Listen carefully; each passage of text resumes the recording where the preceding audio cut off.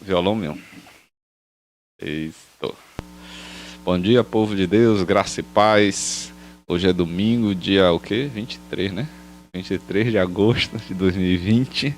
Quero louvar a Deus por sua vida, porque nós podemos estar juntos, louvando e bendizendo o nome do Senhor.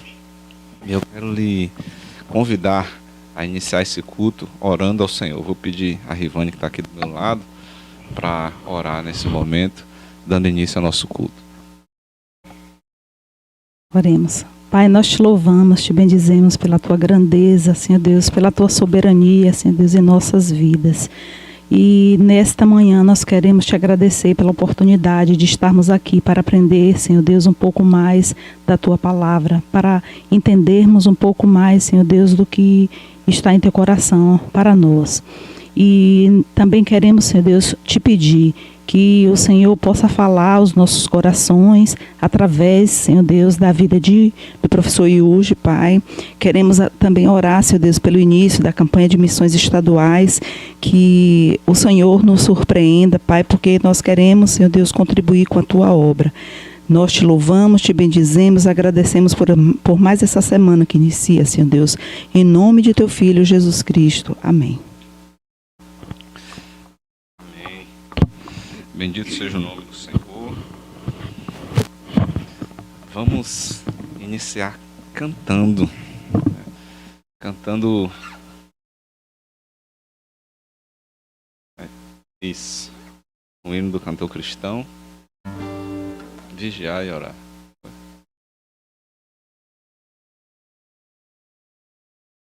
Certo. Quem está acompanhando a gente pela internet, a transmissão vai cair aí por uns 2 minutinhos, mas a gente volta imediatamente, tá? Só para consertar um negocinho aqui.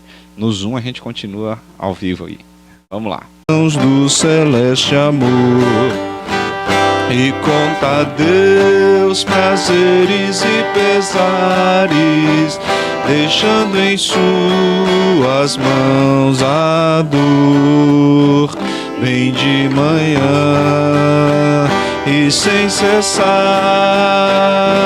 vigiar, sim, orar. E sem cessar, vigia a cada instante, que o inimigo ataca sem parar. Só com Jesus em comunhão constante é que o fiel vai triunfar. Bem de manhã e sem cessar, vigiar, sim, orar.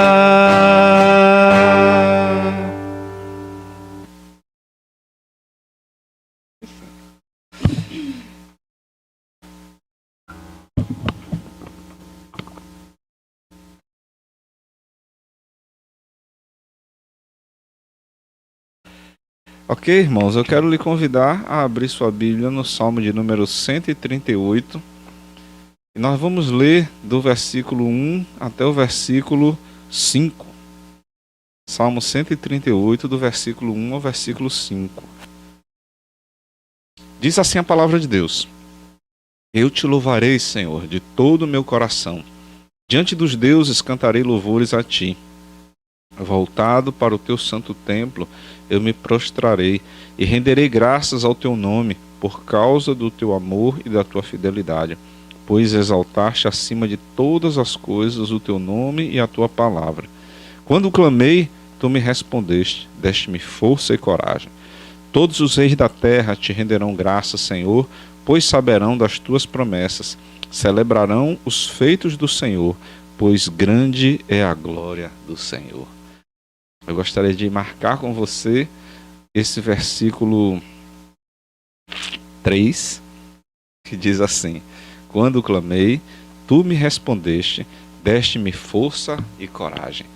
Nosso Deus é um Deus que ouve as nossas orações, que ministra as nossas vidas, que cuida de nós, tem cuidado de nossas vidas. Então a Ele o nosso louvor, a nossa adoração, a Ele a nossa gratidão. Nós temos ali a nossa querida promotora de missões, Rose, que está a postos. Bom dia, Rose. Tudo na paz. Seja bem-vinda.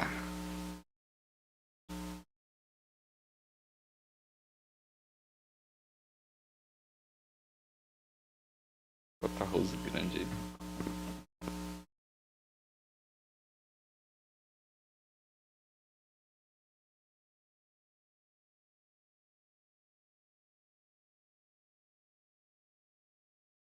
Sim, sim, ouvindo bem.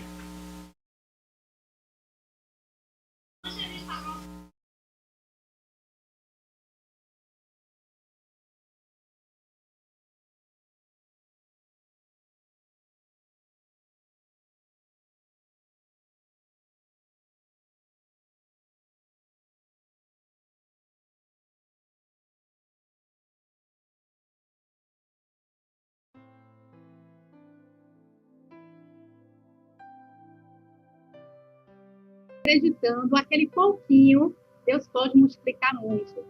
E aí, tocada por essa reflexão do pastor na semana passada, né, eu tive essa ideia de fazer um docinho funcional, né? O que eu sei fazer, o que eu gosto de fazer, é da área da alimentação saudável.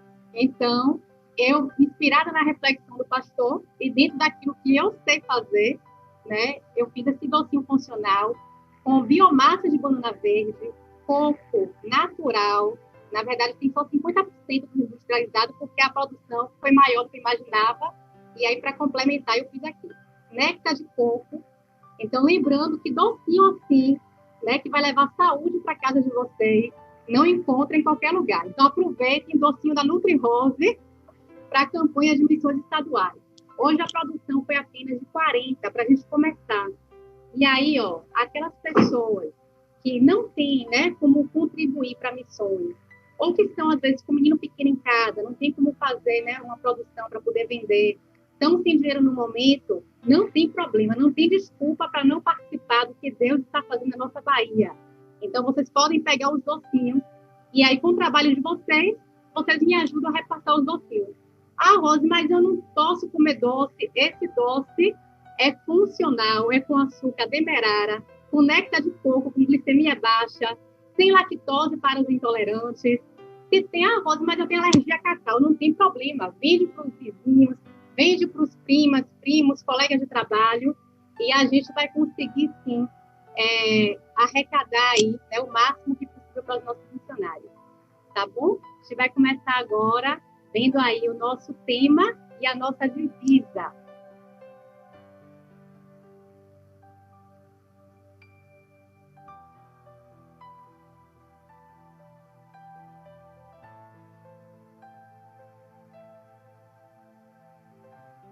Nosso tema, eu creio. Nossa divisa aqui está lá em Marcos 9:23. Disse Jesus, tudo é possível àquele que crê. Graças a Deus. Então, irmãos, nós vamos orar nesse momento, né, pedindo a Deus pelos projetos, todos os trabalhos dos missionários que estão sendo desenvolvidos na nossa Bahia. E logo em seguida nós vamos ver o nosso videoclipe. E aí, lembrando que esse docinho aqui, essa produção, a validade é de 48 horas. Então, eu vou sair, assim que terminar o curso, fazer a distribuição. Então, vocês não se preocupem em ter que pegar aqui. Eu vou levar na porta aqueles que residem aqui na cidade de Amargosa. Então, só é colocar aqui no grupo da igreja, né? Ou entrar em contato lá com o pastor, que ele me avisa. Se não completar os 40, né? Eu vou sair com os 40 e eu creio que eu vou voltar zerada. Então, se você não colocar aqui no grupo, você vai ficar sem, porque eu vou vender para quem estiver na rua, eu vou distribuir. Então, R$2 apenas. Eu espero retornar com a venda, vendendo aí R$80 inicial para a nossa campanha. Amém? Então, vamos orar agora pelos projetos dos nossos missionários. Senhor Deus, em nome santo de Jesus, ó Pai, nós te suplicamos, Senhor, por todos os trabalhos que estão sendo feitos na nossa Bahia, Deus. O Senhor sabe, ó Pai, quantas pessoas ainda desgarradas, Senhor, tantas pessoas que precisam ouvir a tua mensagem, ó Pai. Que nós possamos, ó Pai, anunciar, Pai, que a gente não pode ir com os nossos pés, Senhor, que a gente possa ir com a força do nosso trabalho, que a gente possa ir com a nossa oração, que a gente possa ir com o nosso dinheiro, ó Deus, entregando, ó Pai, aquilo que o Senhor nos dá, Senhor, no teu serviço, ajudando, Senhor, os nossos missionários a saírem da tua terra natal, que estão em lugares distantes, Senhor, para levar a tua mensagem. Meu Deus, dessa forma, nós possamos juntos, ó Pai, anunciar a tua paz, e possamos dizer, ó Pai, eu creio, Senhor. Em nome de Jesus, fica com cada um deles, ó Pai, com cada projeto desenvolvido, cada canto dessa Bahia. É o que nós choramos, em nome de Jesus. Amém. Agora o vídeo é o clipe.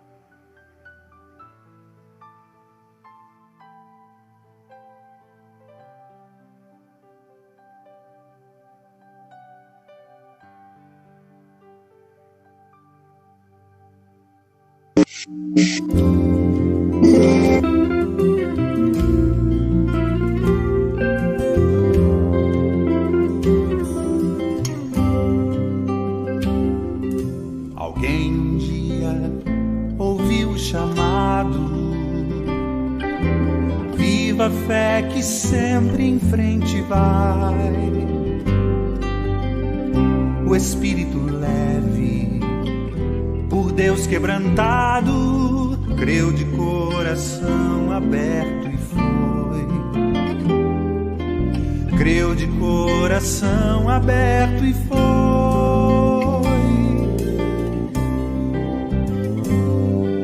Alguém um dia deixou seu regato,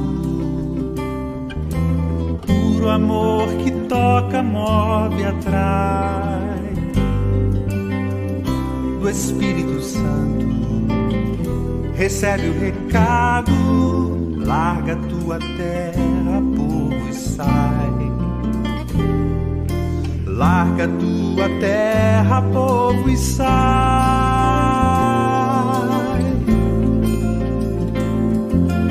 Rumo aos sonhos com Deus partilhados, rumo aos campos cobertos de flor, para a colheita, muitos já prontos, como nos disse o Senhor.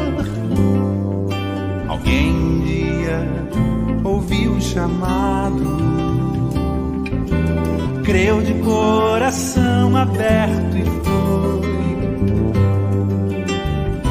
E outros ficaram com o compromisso de apoiar, de orar e dizer vai. De apoiar, de orar e dizer vai.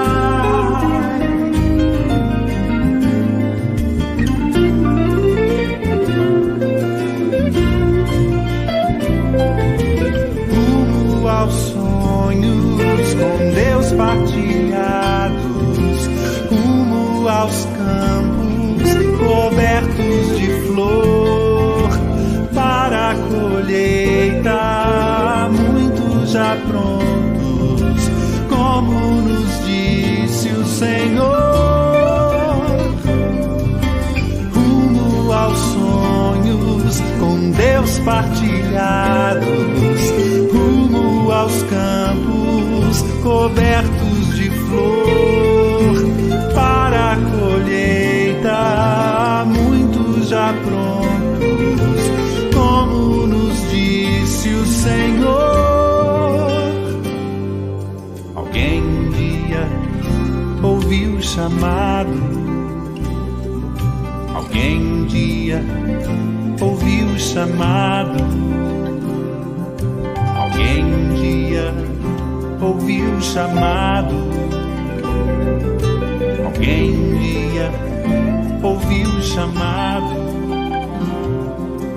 alguém um dia ouviu o chamado, alguém um dia ouviu o chamado, alguém um dia ouviu o chamado, alguém um dia ouviu o chamado.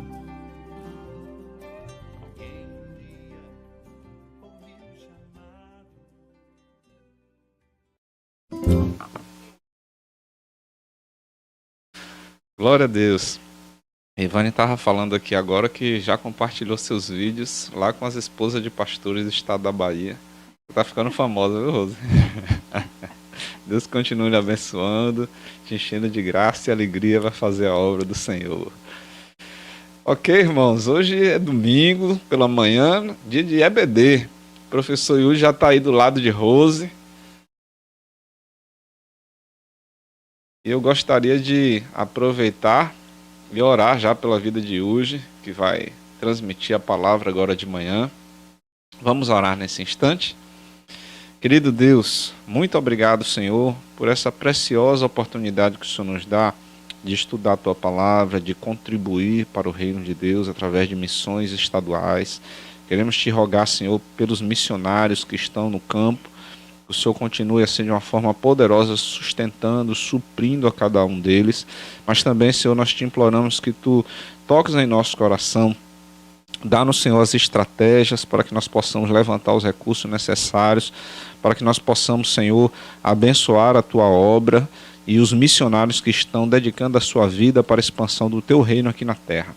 Senhor, o Teu nome seja engrandecido através das nossas vidas e como igreja nós Te pedimos, Pai, nos dá a capacidade para que nós possamos atingir o nosso alvo, que é tão pequenininho, R$ 1.200, mas nós sabemos, Senhor, que no Teu agir, o pouco com o Senhor fica muito, e o Senhor pode fazer multiplicar isso, assim como o Senhor fez com aquela viúva que tinha pouco azeite, mas fez multiplicar o azeite. Que seja assim também, Senhor, a nossa oferta, e ela possa atingir o seu propósito de abençoar os missionários no campo. Senhor, oramos agora pela vida de hoje, que nos trará a lição da EBD nesta manhã, a Tua palavra ministrada, que ele possa ser, Senhor, Teu agente multiplicador, que ele possa, Senhor, falar que ele seja a Tua voz falando ao nosso coração nesta manhã, e que nós, Senhor, estejamos sensíveis a essa voz e que isso traga transformação e mudança em nossas vidas. Nós já Te agradecemos, Senhor, por Teu cuidado, por Teu amor, e Te imploramos, fala conosco através do Teu servo. Essa é a nossa humilde oração no precioso nome de Jesus. Amém e amém. Bom dia, Yuri, você está com a palavra.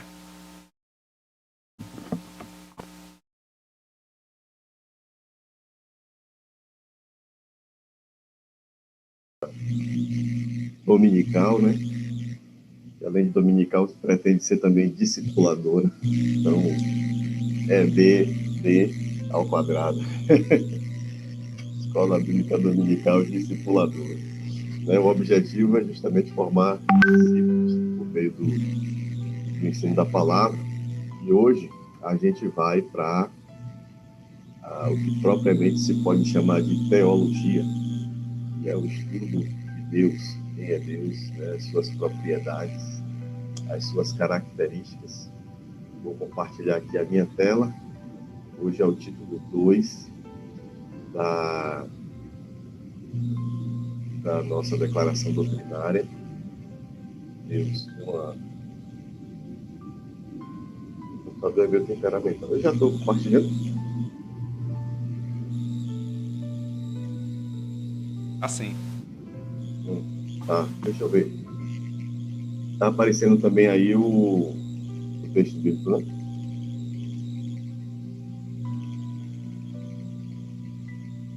Só está aparecendo seu PowerPoint. Tá, então eu vou interromper aqui porque eu acho que eu fiz errado. Eu compartilhei só o PowerPoint. Vou compartilhar minha tela.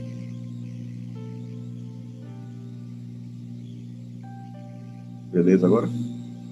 Pronto, agora está aparecendo tudo. Minha voz está teu cifone fica mais longe do que o outro. Voltou pro PowerPoint aí, viu? Tá, é isso mesmo. Agora tá certo. Então hoje a gente vai falar sobre o título 2 da nossa declaração doutrinária, que é a doutrina de Deus, né? Quem é Deus? Qual é a compreensão que nós batistas, né, junto com a ortodoxia cristã, nesse ponto nós não nos diferenciamos de qualquer outra tradição cristã clássica, né, histórica. O que é que nós entendemos por Deus, quem é Ele, quais são suas propriedades, né? O nosso título é Deus triuno. Por que Deus triuno? Porque um elemento importante fundamental da ortodoxia cristã é que Deus é um só, mas ao mesmo tempo três, né? É o que nós costumamos chamar de trindade. Se a gente observar o Velho Testamento, a gente vai ver uma afirmação muito clara de que só existe um Deus. No entanto, quando Jesus se revela como Filho de Deus e equivalente a Ele, né, e afirma categoricamente: eu e Ele somos um, né? O Pai está em mim como eu estou nele, e aquele que vem, ninguém vai ao Pai senão por intermédio de mim, né? Então você cria uma crise aí na cultura judaica do primeiro século, que é justamente: como assim, por exemplo, Deus é um e agora esse homem diz que também é Deus, né? E em parte, né, isso foi o que causou também a rejeição de Cristo como Messias por parte dos judeus, né? Porque os judeus não esperavam um Messias que fosse equivalente a Deus, né? Três correntes básicas, né? Naquela época esperava-se um profeta, esperava-se um rei ou esperava-se um sacerdote. E Jesus era as três coisas ao mesmo tempo. Era profeta, era rei, era sacerdote e era filho de Deus. Obviamente que se a gente ler o Velho Testamento, né, com a mente do Velho Testamento, a gente não vai conseguir enxergar isso. A gente só consegue enxergar isso olhando o Velho Testamento com a mente do Novo. Então, quando Jesus Cristo se revela na plenitude dos tempos, né, e quando o Espírito Santo inspira os escritores neotestamentários a relatar, a complementar a revelação, então a gente vai perceber que o Velho Testamento está repleto, né, de citações e de referências a isso, né? A gente vai olhar do presente, né, para o passado e vai ver: rapaz, estava lá o tempo todo, a gente não conseguiu enxergar, né? Então é sobre isso que a gente vai falar hoje. Existem duas críticas mais importantes a isso, por parte tanto de não cristãos, não crentes, como parte também de movimentos separatistas, né, do cristianismo, que surgiram ao longo do tempo. Uma crítica é o fato de que não existe a palavra trindade na Bíblia, portanto, né, como não há uma referência específica à trindade na Bíblia, a doutrina da trindade, portanto, não seria uma doutrina bíblica, mas seria inventada pela igreja no século IV, né? Apesar de que a trindade, ela desde o século... eu estou falando agora como cristão ortodoxo, né? Então, desde a era apostólica, a trindade já vem sido ensinada. Mas ela aparece nos documentos desde o século II, né? Nas cartas dos pais da igreja, a patrística. Dizer, portanto, que porque a palavra trindade não aparece, não existe trindade, né? Ou porque não é possível a partir dos versículos bíblicos, né? Que aí já é uma extrapolação. De fato, a palavra trindade não aparece na Bíblia. Agora, dizer que a partir do que se encontra na Bíblia não se pode chegar a essa conclusão não corresponde completamente à verdade, né? Tem um livro antigo, muitos dos que foram jovens e adolescentes nos anos 70, 80 e 90 talvez conheçam, que é Seitas e Heresias, né? Aí o autor do livro diz o seguinte, não sei se é ele mesmo que fala ou se é uma citação: dizer que a igreja inventou a trindade é como dizer que Isaac Newton inventou a lei da gravidade, né? O que é que ele quer dizer com isso? A lei da gravidade, ela não pode ter sido inventada por Isaac Newton, porque é uma lei natural. Agora, não existe, né, nada da natureza escrito assim: isso aconteceu por causa da lei da gravidade. A lei da gravidade foi percebida por Newton pelo estudo da própria natureza, da mesma forma que a trindade é percebida nas escrituras pelo estudo das escrituras, né? O que foi que Newton fez?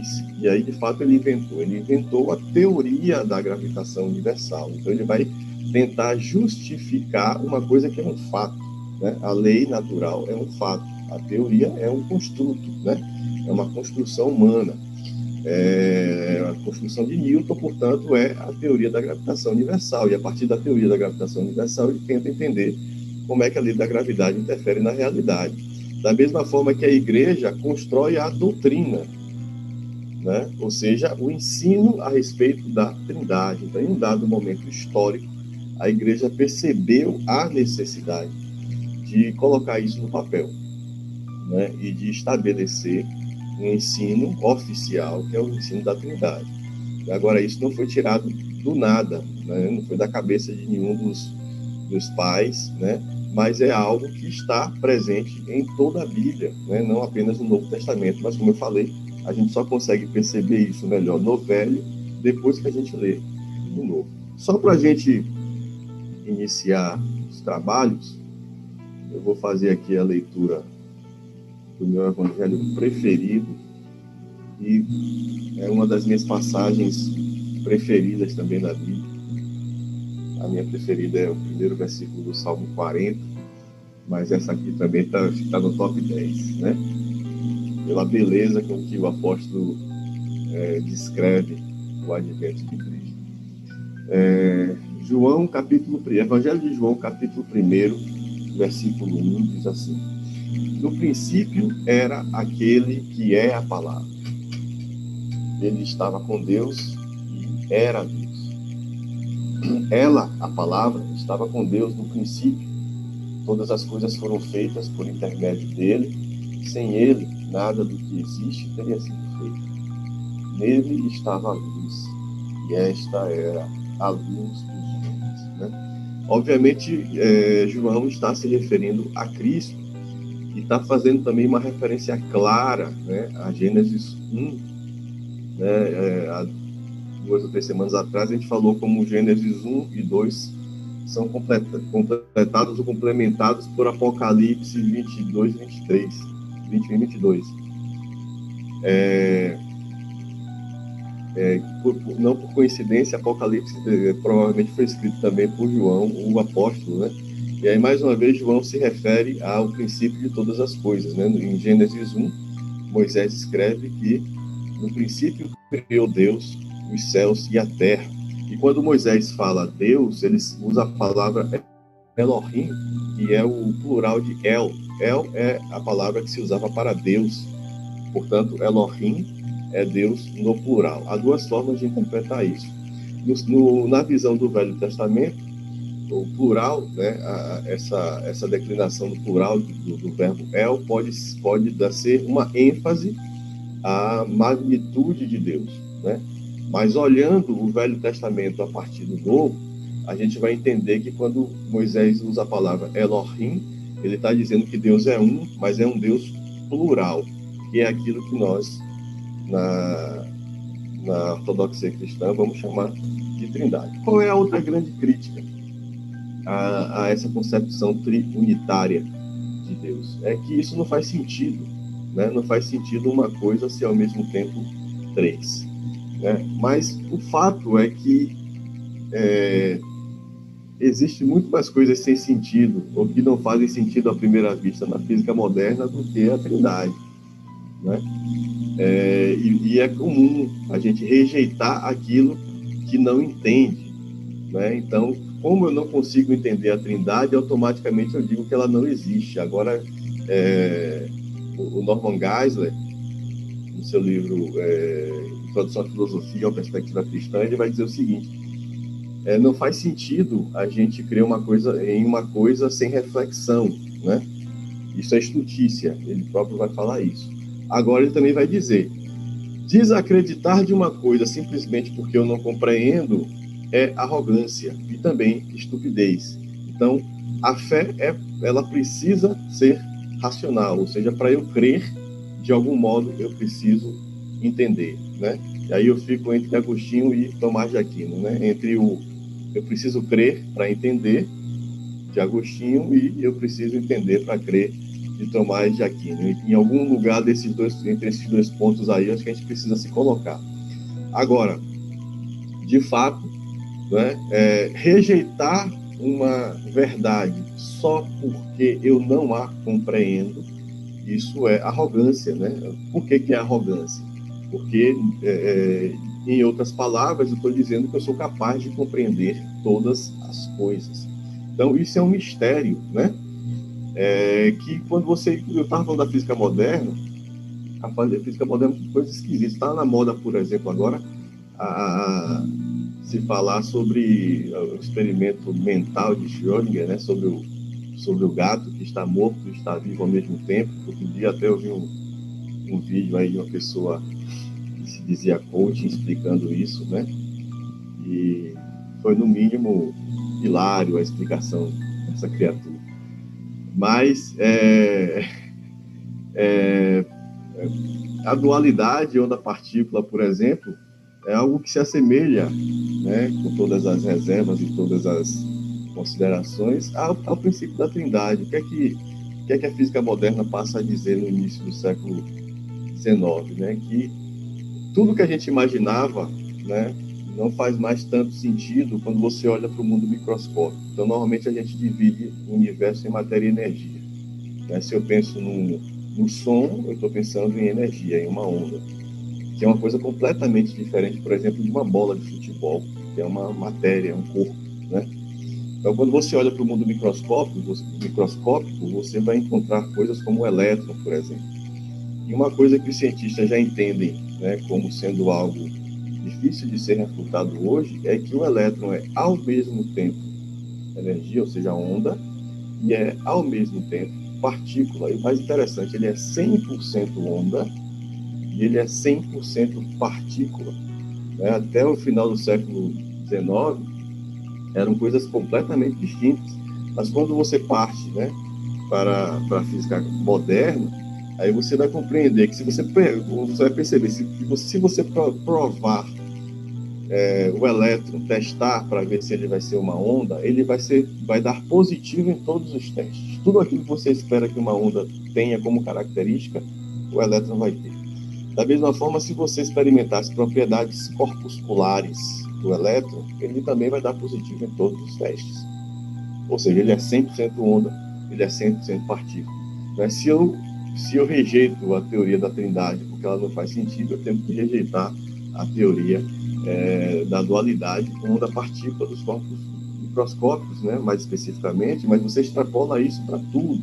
Então, tem algumas questõezinhas, por exemplo, em livros de física e de química geral, né, que o aluno tem que calcular o comprimento de onda de uma bala, calcular o comprimento de onda de um carro em movimento, né, para perceber por que a gente não consegue detectar isso em corpos grandes.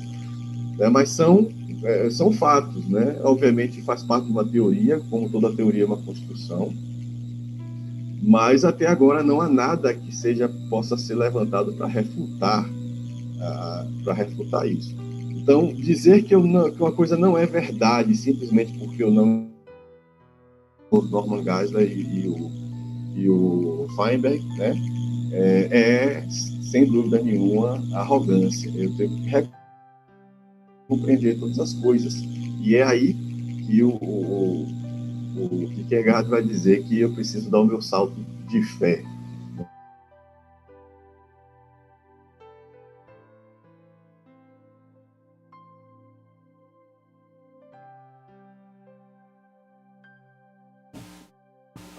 Olha, nós perdemos aqui temporariamente a conexão com o professor Yuji. Vamos aguardar aqui uns 2 minutinhos para ver se ele volta ao ar. Yuji, você está me ouvindo? Nós perdemos aqui a conexão com o Yuji. Vamos aguardar um tempinho, certo?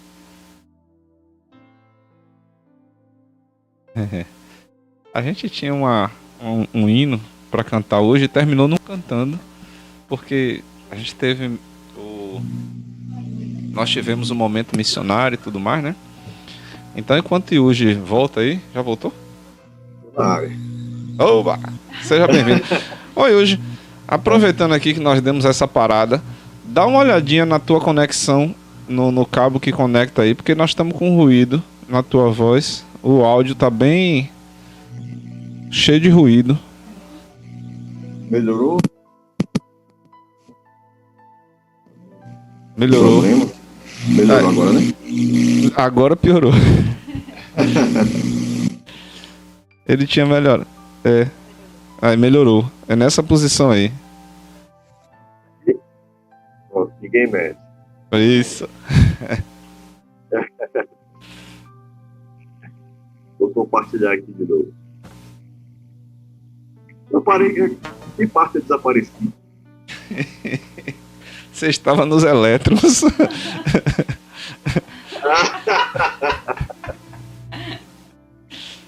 Bom, então, retomando aquele raciocínio, né?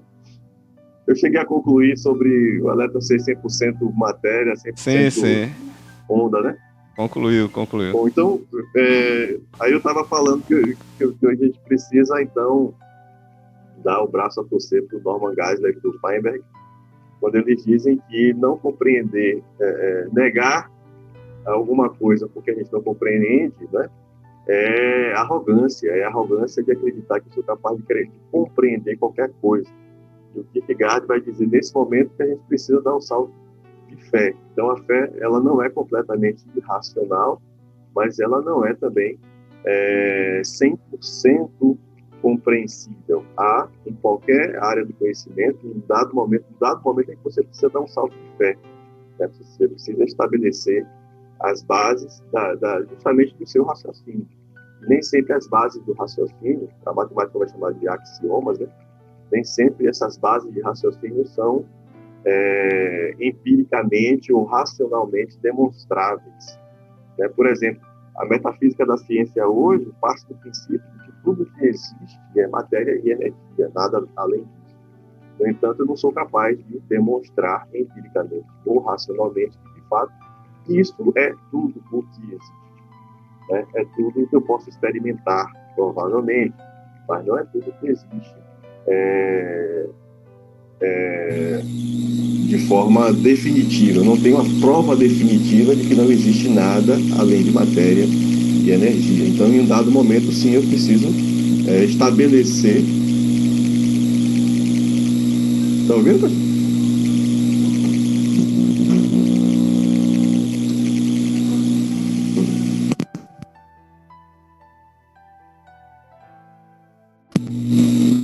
Ter que ficar monitorando aqui Ele tá saindo e entrando. Alguma coisa tá fora aí.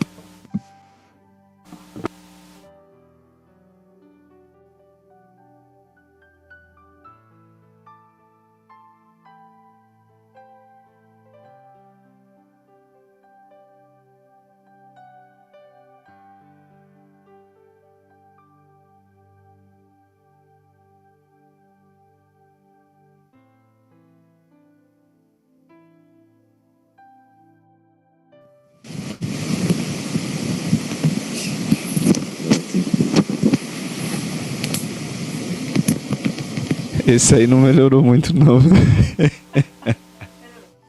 Mesma coisa? Vê aí, meu. Não, melhorou. Agora tá melhor. O problema desse agora é que eu não consigo ouvir. Eu vou ter que... Bom, mas como só eu falo mesmo... Olha o seguinte. Você vai falando, a gente fecha a porta. Aí quando alguém quiser falar, a gente abre a porta para ouvir ele falando. Gosta da porta aí, tá? Bom, como só eu falo, então não vai ter problema. Vou até tirar um aqui para poder ter retorno da minha voz. Então, como eu precisaria de muito tempo, né? Não sei se deu para ouvir isso da outra vez. Eu precisaria de pelo menos 4 ou 5 aulas, né, para fazer uma introdução, depois Deus Pai, Deus Filho, Deus Espírito Santo, depois discutir um pouco mais especificamente a Trindade. Eu vou fazer essa explanação a partir do credo apostólico, né, que é talvez a declaração de fé mais antiga que a igreja tem. Ela está provavelmente do início do cristianismo, né, já na era eclesiástica, né, após a era apostólica, e se consolida, né, a partir do século III, né, e o credo, também conhecido como profissão de fé, porque os estudiosos acreditam que era de fato usada como profissão de fé nas igrejas primitivas, né? Diz o seguinte: creio em Deus Pai Todo-Poderoso, Criador do céu e da terra, e em Jesus Cristo, seu único Filho, nosso Senhor, que foi concebido pelo poder do Espírito Santo, nasceu da Virgem Maria, padeceu sob Pôncio Pilatos, foi crucificado, morto e sepultado, desceu à mansão dos mortos, ressuscitou ao terceiro dia, subiu aos céus. Está sentado à direita de Deus Todo-Poderoso, de onde há de vir a julgar os vivos e os mortos.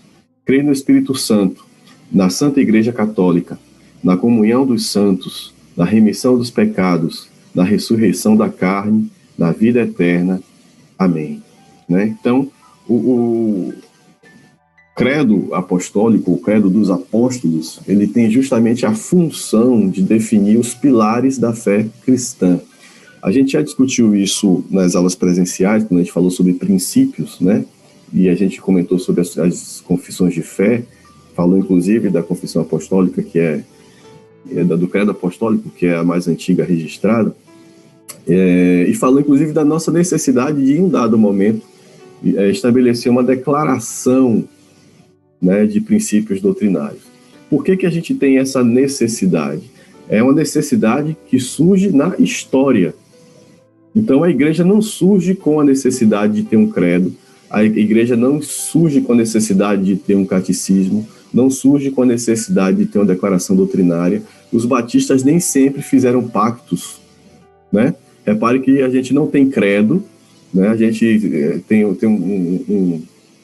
um ditado antigo batista que diz: nenhum credo senão a Bíblia, né? Mas ao longo da história nós assinamos, né, pactos, né, os pactos das igrejas batistas. No fundo do meu certificado de batismo tem lá o pacto das igrejas batistas, né, que são convenções, são coisas que todo batista aceita, né, quando faz parte dessa comunidade tão diversa, né? Por que surge essa necessidade histórica? Em um dado momento nós resolvemos escrever uma declaração de princípios, uma declaração de doutrina. Isso é resposta da igreja para o momento presente. Então, quando a igreja decide estabelecer, formalizar um credo, é porque a igreja precisava, naquele momento, dar uma resposta para o momento presente. E o que era que estava acontecendo naquela época? O surgimento de várias visões e doutrinas até alternativas a respeito do evangelho em si, não só da compreensão de Deus, né, Pai, mas a compreensão do Cristo, a compreensão da igreja, a compreensão da salvação. Até hoje a gente vive isso, né? Nessa circunstância surge o Credo dos Apóstolos como um documento oficial, né? E isso evolui ao longo do tempo, né, com outras confissões, o Credo Niceno, o Credo Calcedônico, né? E declarações doutrinárias, né, que é o que a gente pode chamar de magistério. Então, em um dado momento, você vai ter aí os catecismos e o magistério, que é o conjunto de doutrinas e interpretação, né? Então, ao invés de tentar explicar de forma mais pormenorizada cada ponto, né, da nossa doutrina, a gente vai tentar fazer isso a partir da confissão de fé mais antiga, que é o Credo dos Apóstolos. Mas a gente precisa ver também o que é que está lá na nossa declaração doutrinária. O que é que diz a CBB? O que é que nós, como batistas, cremos, né? O único Deus vivo e verdadeiro é Espírito pessoal, eterno, infinito e imutável. Então, nós cremos que só existe um Deus, né? Cremos que esse Deus existe, obviamente, que ele é verdadeiro e que ele é Espírito pessoal, certo? Então, Deus é uma pessoa, tem propriedades que qualquer pessoa tem: mente, sentimentos, raciocínio, né? Óbvio que não da mesma forma que nós compreendemos, né? Mas sim de forma análoga ou analógica àquilo que a gente pode perceber como, inclusive, imago Dei, como imagem de Deus, né? Eterno, infinito e imutável. Alguns gostam de usar também a palavra sempiterno, ou seja, não tem início nem fim, né? Deus não é autocausado, ou seja, ele não causou a si mesmo. Deus é uma entidade não causada, né? Ele não tem causa, portanto, ele não tem início e ele não tem fim, né? E me parece que isso é tão difícil de entender quanto a própria Trindade, mas seletivamente a gente escolhe aquilo que a gente quer acreditar ou não, né? Bom, Deus é onipotente, onisciente e onipresente. Ele pode tudo, né? Ele sabe tudo e ele está em todos os lugares. É perfeito em santidade, justiça, verdade e amor. Esse é o tópico principal que se desdobra nos corolários, né? Ele é o Criador, sustentador, redentor, juiz e Senhor da história. É importante isso, né? Ele é Senhor da história. É nisso que nós cremos. O que é que significa? Deus conduz a história de acordo com o seu propósito, com a sua vontade, com os seus planos.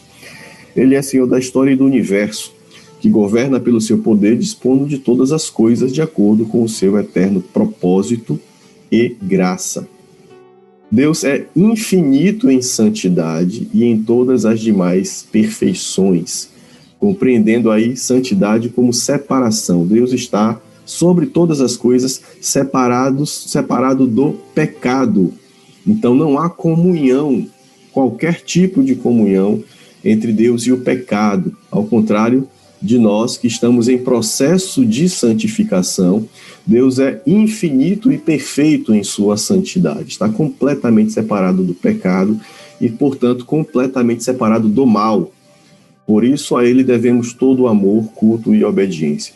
Em sua triunidade, repare que a escolha da palavra é perfeita, triunidade. Deus é um, mas ao mesmo tempo constituído de três pessoas. Em sua triunidade, o eterno Deus se revela como Pai, Filho e Espírito Santo. Pessoas distintas, mas sem divisão em sua essência, né? Deus não é uma pessoa que se revela de três modos diferentes na história, como pregava o marcionismo, né? Classificado como hoje, aliás, não, desde o século III, como heresia, né? Deus não é o marcionismo, não, o monarquismo modal, né? Deus não é uma pessoa que se apresenta de três formas diferentes ou três modos diferentes, né? Ao longo da história. Então, no passado, né, no Velho Testamento, Deus se apresentou como Pai, como Criador. Nos evangelhos, ele se apresenta como Filho, né? E nas cartas e no livro da Revelação, ele vai se revelar como Filho, sendo em três momentos históricos diferentes a mesma pessoa, só que se apresentando de modos diferentes. Não. Deus é três pessoas diferentes. Eu não falei Deus são, né? Deus é, da mesma forma que ele diz para Moisés na sarça ardente: eu sou o que é, né? Ele não é o que foi, não é o que será. Ele é o que é. E uma das coisas que ele é três pessoas distintas, mas igualmente únicas, né? Se constituem numa única pessoa. Então, essa aula não pode começar se a gente não tiver bem claro uma coisa, né? Deus é incompreensível. Agora, o que a gente fala, o que a gente quer dizer com incompreensível, não significa dizer que Deus não é em nenhum modo compreendido pela natureza humana, né? O Sproul, ele vai dizer o seguinte: falando teologicamente, incompreensível não significa dizer que não podemos saber nada a respeito de Deus, mas em vez disso, que o nosso conhecimento a respeito dele sempre será limitado. Então, desde o século XVIII, XIX, os filósofos já questionam isso, né? O conhecimento de Deus, ou a gente pode falar de Deus de forma relevante, faz sentido, né? Faz sentido discutir Deus, considerando que Deus está numa dimensão ontológica completamente, né, diferente, e epistemológica também, né? Tanto da essência quanto da natureza do conhecimento, completamente diferente da nossa, né? E vários teólogos, ou vários filósofos e teólogos também discutem a respeito disso, mas o fato é que, muito embora Deus realmente seja em sua totalidade incompreensível, justamente porque ele está fora da nossa realidade, fora da nossa capacidade cognitiva, a sua plenitude pelo menos, né?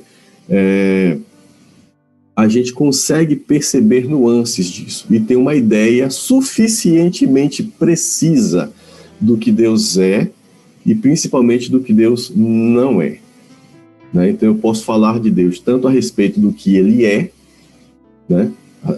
O que se chama descrição baseada na eminência de Deus, quanto daquilo que ele não é, né? Muito do que a gente fala, por exemplo, infinito, é uma característica a partir da negação daquilo que ele não é, ou da afirmação daquilo que ele não é. É uma característica negativa, no sentido não de pejorativa, né? Mas de que nega alguma coisa. O que é um Deus infinito? É aquele Deus que não tem fim. Então a gente sabe isso a respeito de Deus. Ele não tem fim, né? Ele vai dizer mais o seguinte: o princípio fundamental é que, embora não conheçamos a Deus de modo exaustivo e abrangente, ou seja, não conhecemos Deus em sua plenitude, temos maneiras significativas de falar sobre ele, né? Deus se dirige a nós em nossos termos, e porque ele nos fez a sua imagem, há uma analogia que nos proporciona um meio de comunicação com ele. Ou seja, uma vez que somos imago Dei, né, imagem de Deus, a partir da nossa própria percepção de realidade, né, na percepção do nosso corpo, da nossa alma, da nossa mente, dos nossos sentimentos, a partir dessa analogia, nós podemos ter uma compreensão suficientemente ou bastante precisa, né? Bastante aí no seu significado estrito de suficiente. Nós conhecemos o suficiente de Deus para nos relacionarmos com ele de forma produtiva, né? E direcionada, né? Portanto, muito embora Deus seja em sua totalidade incompreensível, nós temos sim como definir ele de forma suficientemente precisa, pelo menos aquilo em que ele quis se revelar. E isso está perfeitamente expresso no credo apostólico. O credo apostólico tem 3 artigos, né? E cada um desses artigos vai falar de uma dessas pessoas da Trindade. O primeiro fala do Pai, que é muito curto, esse em alguns credos tardios isso vai ser um pouco mais explorado, né? O segundo artigo fala da encarnação e o terceiro artigo fala do Espírito Santo Consolador. A maioria dos estudiosos, né, acreditam que esse credo se desenvolve nas igrejas primitivas como confissões ou profissões de fé, né? Como até hoje a gente faz, né? Quando o pastor vai batizar, ele faz algumas perguntas ao candidato ao batismo, né? Por exemplo, você crê que Jesus Cristo, né, que o sacrifício de Jesus Cristo é suficiente para apagar todos os seus pecados, né, e te justificar e purificar você dos seus pecados, né? Isso é uma confissão de fé. Nós estamos, né, proferindo algo em que nós acreditamos e que é uma condição para fazer parte, por exemplo, de uma igreja batista. Para ser batizado numa igreja batista, e, portanto, fazer parte da sua membresia formal, você tem que crer nisso, né? Se você crê, você pode ser batizado. Se você não crê, não há por que você ser batizado, porque é justamente isso que o batismo significa. Então, muitos estudiosos acreditam que desde a igreja primitiva, já na era eclesiástica, né, os primeiros cristãos que começam a liderar a igreja depois dos apóstolos, esses termos do credo já aparecem nas confissões de fé. Então, embora seus artigos sejam de origem bem antiga, né, acredita-se que a forma final que a gente acabou de ler só vai ser mesmo estabelecida por volta do século VI. Então, não é um texto de inspiração primária, e é por isso que nós, batistas, temos muitas reticências a usar credos, né? Porque a partir do primeiro credo, que é o credo apostólico, nós já percebemos, né, já podemos detectar isso, que não é um texto de fato apostólico. Portanto, não é uma inspiração apostólica primária, mas é secundária, ela é eclesiástica. Né? Não é uma declaração inspirada por Deus, mas é uma declaração da igreja a partir daquilo que foi aprendido com a doutrina dos apóstolos. Então, não é uma palavra de Deus aos homens, é uma palavra de homens a Deus, em resposta à sua revelação e principalmente em resposta à sociedade, aquela que questiona em quem você crê. Bom, nós cremos nisso, e cremos nisso porque foi assim que aprendemos com os apóstolos. O primeiro artigo é Deus Pai. E é interessante como esse primeiro artigo faz a conexão que João faz no primeiro capítulo do seu evangelho, no seu primeiro versículo. No princípio era o verbo, e o verbo estava com Deus, e o verbo era Deus, né? Óbvio que as traduções do Novo Mundo, por exemplo, vão trocar o Deus, Hotheos, né? E vai traduzir como um Deus, e Deus com D minúsculo. Mas como eu falei na semana passada, os originais gregos, né, estão disponíveis na internet, então qualquer um pode ler, comparar todas as variantes textuais e chegar, né, às próprias conclusões em relação a isso. Eu particularmente não vejo motivo para adotar a tradução do Novo Mundo em detrimento das traduções mais tradicionais. Então está expresso que Jesus é Deus. Então eu tenho aqui, essa conexão. Creio em Deus Pai Todo-Poderoso, Criador do céu e da terra. Por que foi importante falar isso? Né? Porque a heresia do marcionismo, proposta por Marcião, ainda no século II ou III, não me lembro agora exatamente, dizia justamente que o Deus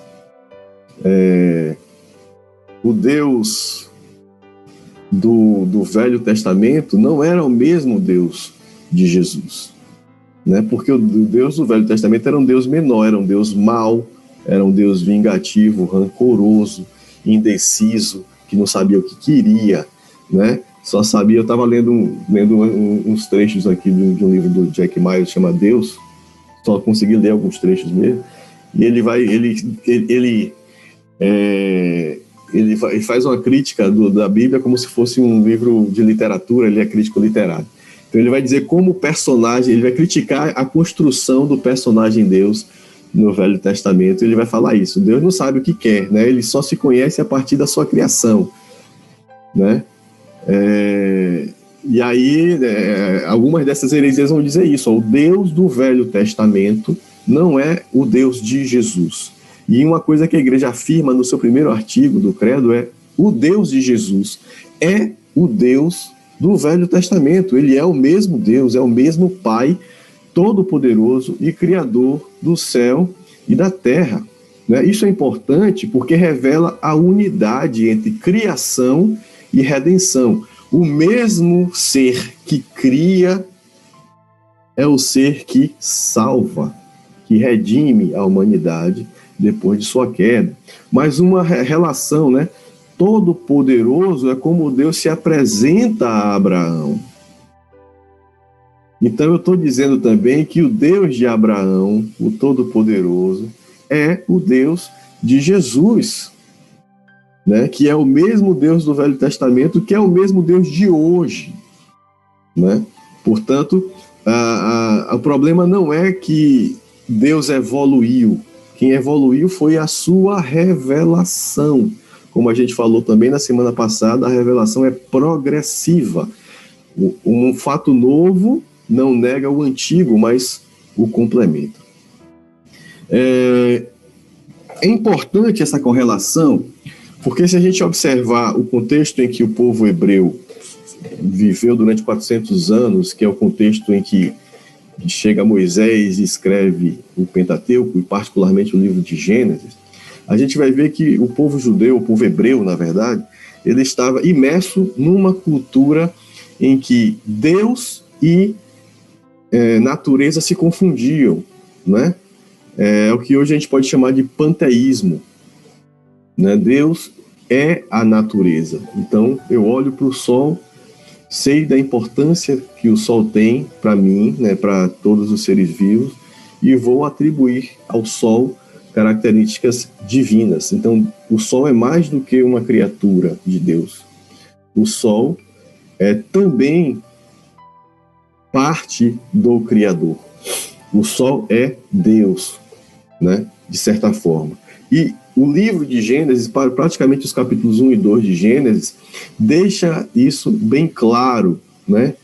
Deus, criador e criação são coisas diferentes, são coisas distintas. O sol não é Deus, muito pelo contrário, né? Mas o Deus em que nós criamos, em que nós cremos, é tão poderoso que ele próprio criou o sol. Ex nihilo é a palavra, a expressão latina para do nada. Deus criou o sol do nada, né? Não existia nada e Deus criou tudo, ex nihilo, criou tudo do nada. Então, só para o povo hebreu ter noção, né, já que o povo hebreu ainda não conhecia Deus, o Deus de seus pais, né? O povo ter noção da diferença entre quem era Deus e o conhecimento caído e natural de Deus dizia. O conhecimento caído, natural, dizia que o sol era Deus. Então, Moisés faz questão de dizer, não, ele não é Deus. Deus, por outro lado, criou o sol, criou todas as coisas do nada. Isso significa dizer que Deus é transcendente. O que é que significa a palavra transcendente? Deus está além da criação. Então, Deus não é a criação, ele está além da criação. Se a gente pensa, por exemplo, como tempo como elemento da criação, e a física moderna, a cosmologia não vai duvidar disso, não vai reclamar com você por causa disso, né? O tempo faz parte da criação, foi criado junto com o universo. Se Deus faz parte, se o tempo é um elemento da criação, quer dizer, por exemplo, que Deus está para além do tempo. Né? Então, o que a gente acha como algo inexorável, né? Passado, presente e futuro, né? Isso é um elemento da criação. O tempo é um elemento da criação. Significa dizer que Deus não está submetido a isso, porque ele é transcendente. Muito embora ele seja transcendente, ele permanece emanando o seu poder e a sua autoridade na criação. Então, Deus continua sustentando a sua criação, mantendo o universo funcionando do jeito que funciona, pela força do seu poder, ou como Gênesis e 1 João vão dizer, pela força da sua palavra. Né? Moisés vai dizer, haja, e João vai dizer, o verbo, esse que agiu, é Cristo. Por intermédio dele, todas as coisas foram criadas. Então, negar isso é a origem de toda idolatria. Negar que Deus não está na natureza, mas que ele a criou. Negar que Deus é transcendente e imanente é a origem da idolatria. Tanto a idolatria clássica, né, dos povos, né, que construíam imagens, né, quanto da idolatria moderna. Muitas vezes a gente idolatra uma ideia, idolatra um objeto material, né, ou idolatra um conceito, né, como dinheiro, né. A maior parte do dinheiro do mundo não existe, é um número em um programa de computador, né, mas ele é idolatrado a si mesmo. Então, nenhum aspecto do mundo temporal pode conter o sentido de tudo, ou seja, pode ser referência absoluta da realidade, né. O ídolo é constituído justamente quando algo que é relativo, portanto, um elemento da criação, é levado à categoria de criador. Deixa de ser relativo e passa a ser absoluto. Então, eu posso dizer, por exemplo, que matéria e energia são ídolos quando eles deixam de ser meio da ação de Deus e passam a ser um fim em si mesmo, né? Então, quando eu admito que tudo que existe é matéria e energia, né? Eu estou transformando matéria em energia em minha referência absoluta. Então, ela deixou de ser um meio, passou a ser um ídolo. O segundo capítulo, ou o segundo artigo, vai falar mais enfaticamente sobre Cristo. Esse artigo cresce ainda mais em credos mais recentes. Então, quem é o Deus Filho, né? O credo vai dizer o seguinte: creio em Jesus Cristo, seu único Filho, né? O único Filho de Deus, portanto, o S aqui deveria estar com S com letra maiúscula. Nosso Senhor, o qual foi concebido por obra do Espírito Santo. Nasceu da Virgem Maria, padeceu sob o poder de Pôncio Pilatos, foi crucificado, morto e sepultado, ressurgiu dos mortos ao terceiro dia, subiu ao céu, está sentado à direita de Deus Pai Todo-Poderoso, de onde há de vir para julgar os vivos e os mortos. Eu cometi um engano agora há pouco, quando eu falei da questão de Deus ser um Deus menor, né, o demiurgo, como sendo o marcionismo, mas na verdade o marcionismo, se não me falha a memória, é justamente a ideia de que Jesus Cristo não é Deus, ou não é um Deus equivalente a Deus Pai. E é também o princípio do arianismo, né? O Ário, ele vai dizer isso com mais ênfase. Agora até eu já me confundi. Eu sei que o arianismo vai falar disso, mas acho que o marcionismo também. São heresias do século I, né? João fala disso, né? Não fala especificamente disso, mas registros históricos mostram que isso já existia. Quando João fala nas suas cartas, se eu não me engano, principalmente em 1 João, quando ele fala de pessoas que estão ensinando uma doutrina falsa, diferente daquela que ele mesmo e os outros apóstolos estavam ensinando à igreja. Uma das coisas era a ideia de que Jesus Cristo não era um Deus equivalente a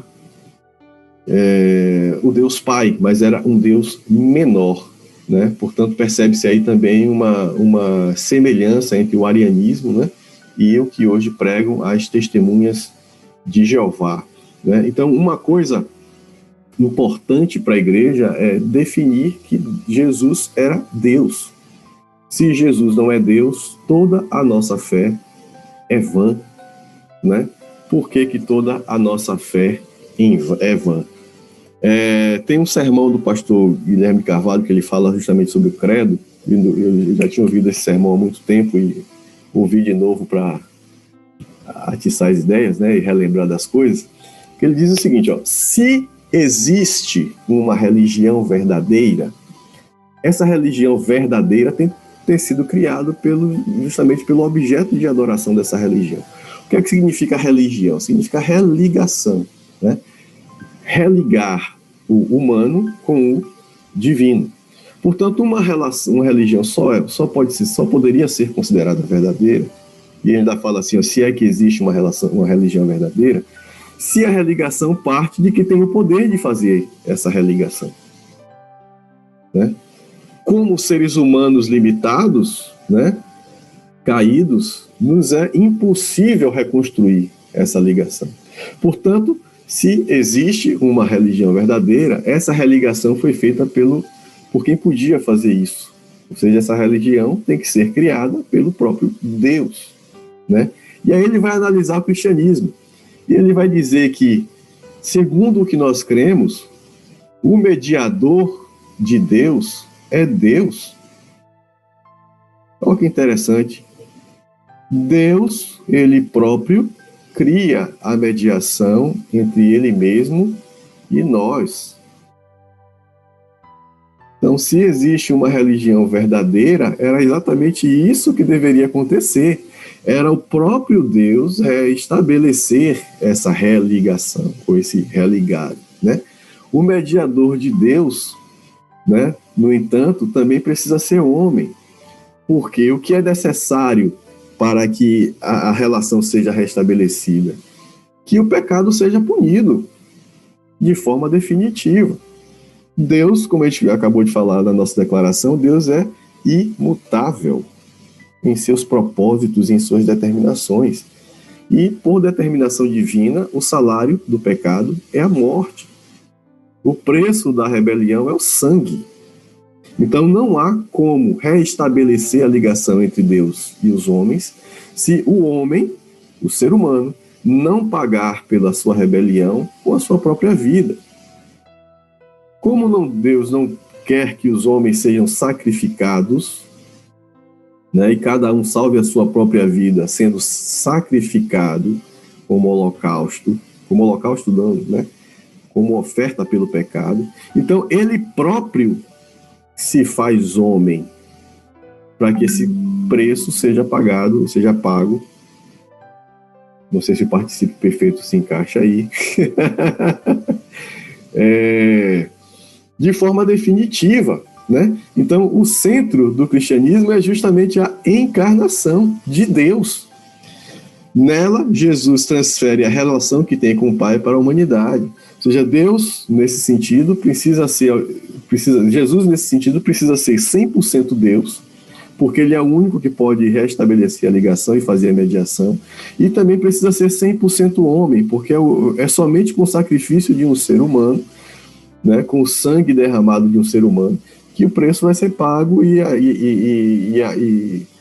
o processo, por assim dizer, vai ser finalizado, o processo de rebelião vai ser finalizado. Então, se Jesus Cristo não é Deus, então seu sacrifício não é suficiente. E tudo aquilo que a gente prega não faz sentido, né? Fora isso, tem um comentário importante do Guilherme que ele diz o seguinte: essas pessoas, né, que estão falando isso, e os apóstolos, eram judeus, a gente não pode negar. E como judeus, eles criam incondicionalmente na unicidade divina, ou seja, Deus é um, não existe mais de um, né? O monoteísmo ou monergismo. Só existe uma força propulsora da realidade, que é uma pessoa, que é Deus, né?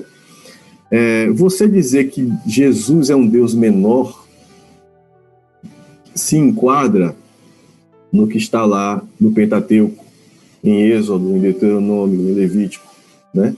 Que é o ídolo. Então, dizer que Jesus é um Deus menor significa sim, aí sim você não está sendo monoteísta, mas está sendo politeísta, né? Aí sim você está sendo influenciado pelo paganismo, acreditando que existe um Deus maior, criador de todas as coisas, e um Deus menor, né, que faz o trabalho de Deus aqui na Terra, né? A mitologia grega toda se baseia nisso, né? Você tem deuses maiores, deuses menores, e tem os semideuses. Então Jesus é como se fosse um semideus, né? Isso é influência grega, sem dúvida nenhuma, ao contrário da Trindade, né? Que é a única solução coerente com os princípios do monoteísmo judeu. Jesus, portanto, é a nossa Páscoa.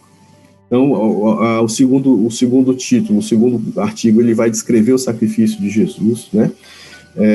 Ele é justamente o Cordeiro que é imaculado, o Cordeiro imaculado que é sacrificado de forma substitutiva, ou ele é o vigário de Deus. Jesus é o único vigário, não de Deus, é o vigário de Deus no sentido de que foi enviado por Deus para nos substituir no sacrifício, né? Então Jesus é o único vigário, né? O único e suficiente, porque o sacrifício dele, que é substitutivo, tem perfeita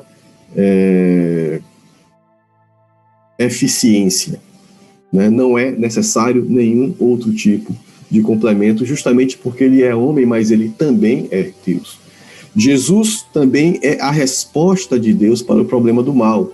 Uma coisa que ateus, né, não cristãos normalmente falam é como Deus é bom e fica lá do céu vendo o mal acontecer na terra sem fazer nada. Isso, no mínimo, né, é falta de conhecimento, Porque Deus não ficou no céu sem fazer nada. Deus se fez homem e habitou entre nós e experimentou. Paulo vai falar aos Colossenses, Deus experimentou a nossa imundícia, né? Ele se fez carne para sentir o que a gente sente, né? E se o mal ainda não foi vencido, né? Em Apocalipse está escrito que será, sem dúvida nenhuma. Deus permite o mal, mas mergulha em seu interior, ou seja, se faz homem, né? Para derrotar o mal por dentro e demonstrar a invencibilidade de seu amor. Jesus ressuscitou. Então, como a gente falou há 2 semanas atrás, ou 3, 2 semanas atrás, eu acho, quando a gente falou sobre as últimas coisas, né? E se referindo muito a Paulo, quando ele diz: se nós não cremos que Jesus Cristo ressuscitou, então toda a nossa fé é vã.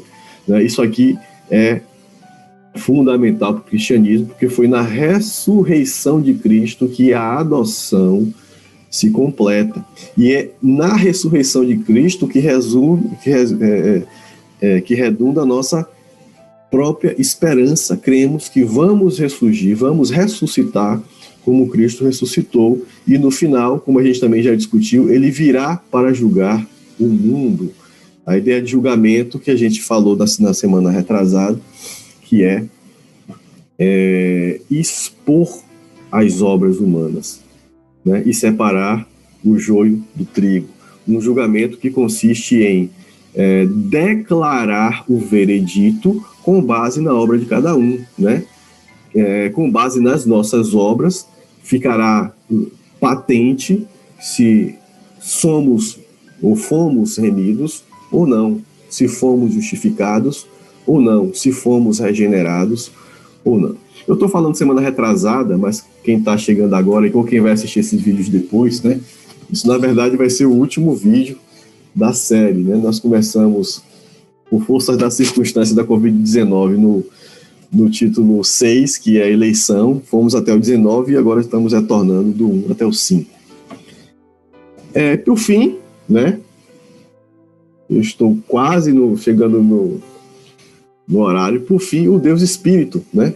O último artigo diz assim: creio no Espírito Santo, na Santa Igreja Universal, né? No credo eu falei Igreja Católica, aqui eu estou falando universal, não foi proposital, mas Igreja Católica e Igreja Universal significam exatamente a mesma coisa, né? A palavra católica, em latim, significa universal.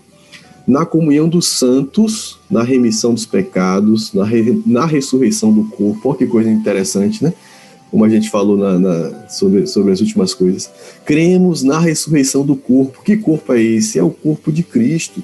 Cremos que Cristo ressuscitou, glorificado, e que nós vamos ressuscitar da mesma forma que Ele ressuscitou. Cremos na vida eterna. Amém. Né? Então, por meio do Espírito, o ser humano é levado a ter com Deus a mesma relação que Jesus tinha com o Pai. O Espírito Santo já é uma outra polêmica dentro da igreja, né? Porque muita gente, e muitas doutrinas heterodoxas, heréticas, né, alternativas, vão dizer até os dias de hoje que o Espírito não é uma pessoa, mas é uma emanação de Deus. Seria, portanto, a manifestação do poder de Deus na temporalidade, né? Não há, na verdade, como sustentar isso exclusivamente da palavra. Você pode sustentar isso querendo usar dados históricos, dizer que, na verdade, quem foi considerado herético é que eram os fiéis à doutrina, esse tipo de jogo de opinião pública, né, existe há muito tempo e não vai desaparecer nunca. Vivemos, inclusive, tempos em que isso se manifesta, inclusive, com uma força muito grande, né? Quem é o lado certo na questão, né? Quem é o herético e quem é o ortodoxo. Mas à luz das Escrituras, né, a gente não tem como sustentar essa ideia de que, primeiro, o Espírito Santo não seja uma pessoa, e segundo, o Espírito Santo não seja Deus, né? E terceiro, né, não tem como sustentar que o Espírito Santo não é fundamental para a vida da igreja na temporalidade, né? Jesus vai e ele diz, mandarei um ajudador, né? Mandarei um consolador para continuar com vocês. Então, no Velho Testamento, o Espírito Santo é responsável pela vitalidade da criação, Salmo 104. No Novo Testamento, o Espírito Santo tem a ver com presença, comunhão, participação, João 14. É o Espírito Santo que concretiza em nós a experiência da adoção. O que é que eu estou chamando de experiência da adoção, gente? É a nossa conversão. É o Espírito que nos convence do pecado, da justiça e do juízo.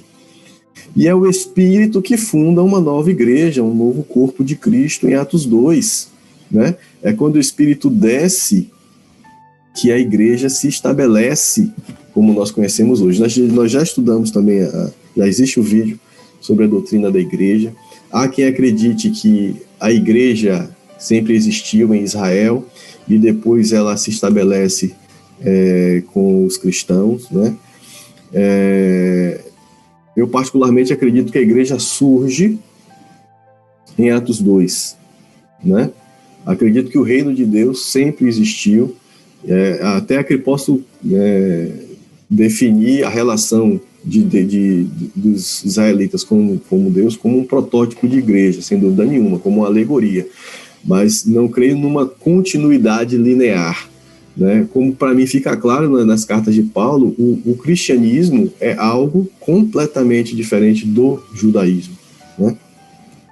Então este Espírito funda uma nova igreja, né? Que não é a Igreja Batista Água Viva, que não é a Igreja Batista da Proclamação, que não é a Igreja Presbiteriana Renovada de Amargosa, não é a Igreja Presbiteriana da Mangueira, lá em Salvador. Né? Funda o que de fato nós chamamos de Igreja Católica, a Igreja Universal de Cristo, né? Então, chegue lá no vídeo sobre doutrina da igreja, que a gente vai falar sobre as dimensões da igreja, né? A igreja local, a igreja universal e a igreja eterna, que inclui os nossos irmãos que já estão nesse momento na glória com Deus, né? Então este Espírito funda uma nova igreja, e o Espírito Santo indubitavelmente tem atributos pessoais. Inclusive ontem eu estava fazendo um exercício de exegese, né? E eu estava lendo tanto na nova versão transformadora quanto numa das versões do Novo Mundo. E esses textos aqui são idênticos, né? Portanto, está lá na versão do Novo Mundo que o Espírito Santo tem vontade, que o Espírito Santo tem emoções, que o Espírito Santo tem mente, né? Que aqui não significa dizer que o Espírito Santo minta, não, viu, gente? Ele não mente, ele tem mente, por isso que eu coloquei aqui, ó, consciência, alma, né? O Espírito Santo tem mente, né? Então ele tem personalidade.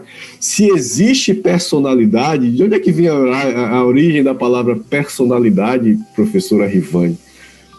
Né? Persona, que é a mesma raiz da palavra pessoa. Então Jesus Cristo, o Espírito é uma pessoa, ele tem persona.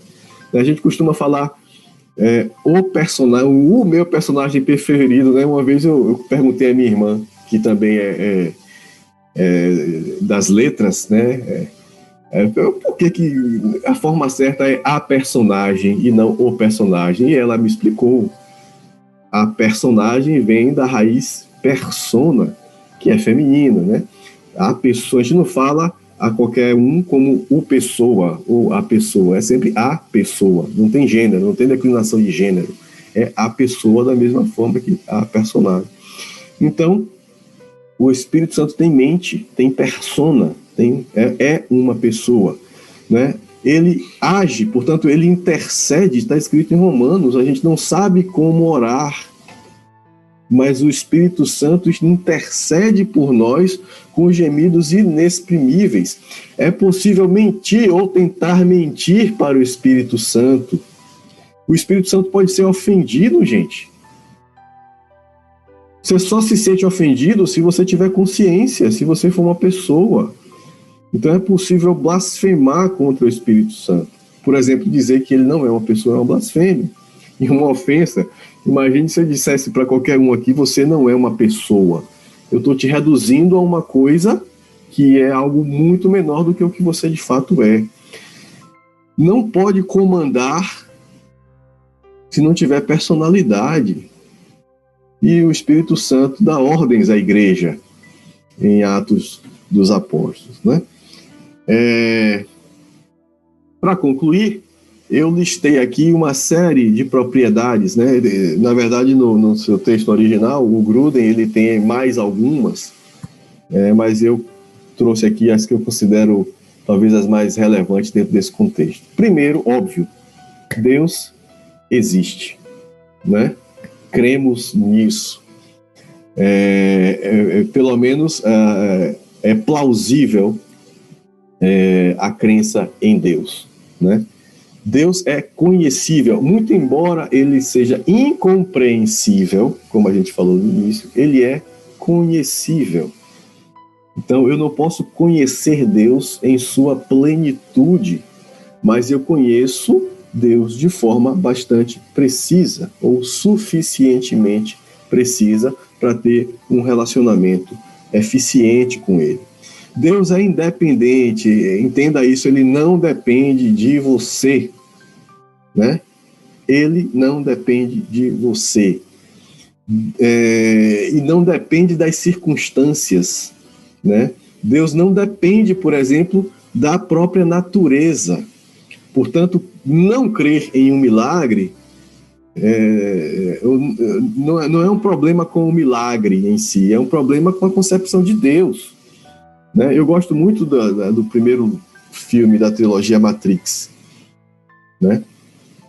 Para mim aquilo é revelador, é um filme existencialista, mas é incrível. Recentemente, as autoras agora autoras, né, do filme, as irmãs Wachowski, declararam que o filme o filme trata da transexualidade.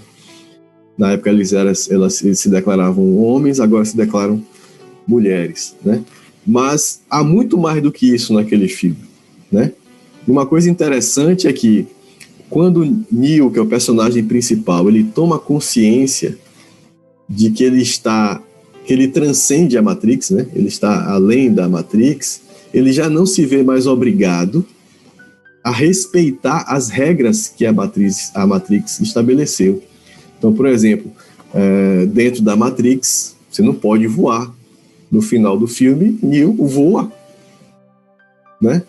Aquilo é uma analogia da relação de Deus com sua criação.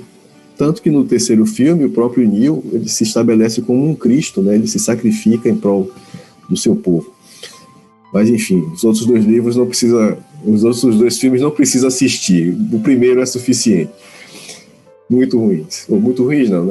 Vale a diversão, mas não são tão boas quanto o primeiro.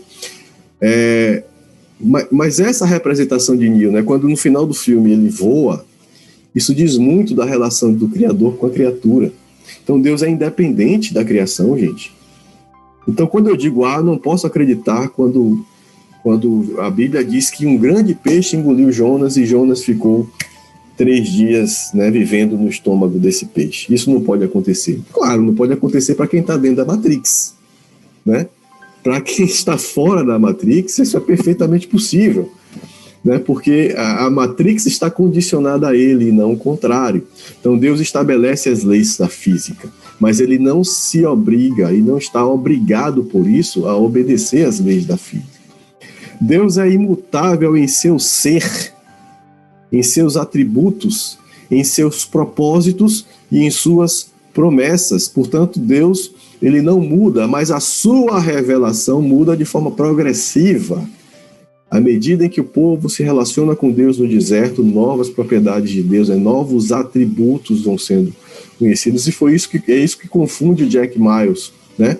Quando ele diz que o Deus do Velho Testamento não só consegue se entender a partir do seu próprio povo. É o contrário. O povo começa a entender quem é Deus a partir do seu relacionamento com Deus.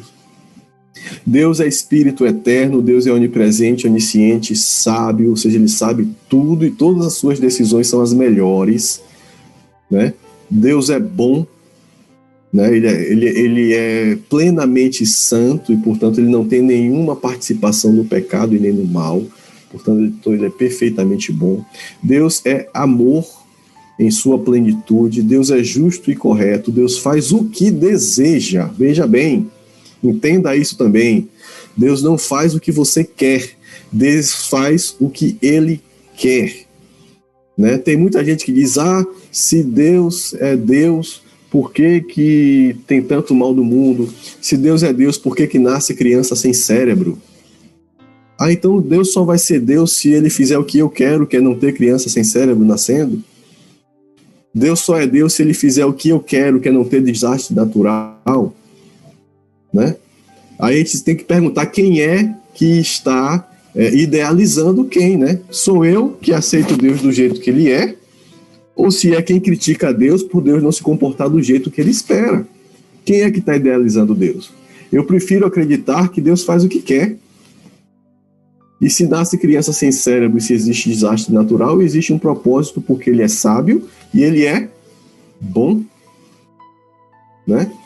Isso pode parecer com a falácia dos fins justificam os meios, né? Mas tem uma pequena diferença. Quando eu digo os fins justificam os meios e faço um projeto em relação a isso, eu estou assumindo que o que eu estou fazendo agora vai ser melhor no futuro, mas eu não sei disso. No entanto, quando Deus diz, vou fazer assim porque assim vai ser melhor, Ele sabe que vai ser melhor. Então, filosoficamente, é uma diferença entre o que disse Maquiavel, no seu livro O Príncipe, né, nos seus conselhos para César Borges, ou César Borges, César Borgia, né? A gente não pode se comparar a nossa consciência, a nossa ciência com a ciência de Deus. Então, Deus faz o que deseja e Ele pode todas as coisas. Ele é perfeito e, apesar de serem 3 pessoas, Deus é uma unidade. Por hoje é só, né? Tentei me manter aí, mas eu acho que com os problemas, são 10h44, né? Com os problemas de conexão, eu acho que eu acabei ficando dentro do meu horário. Fica com a palavra então, pastor. Glória a Deus. Nós louvamos a Deus por sua infinita bondade, por seu cuidado. Que lição maravilhosa, quando aprendemos tantas coisas. Rivane quer falar aqui. No privado eu vou falar para você a respeito do paga e pagada.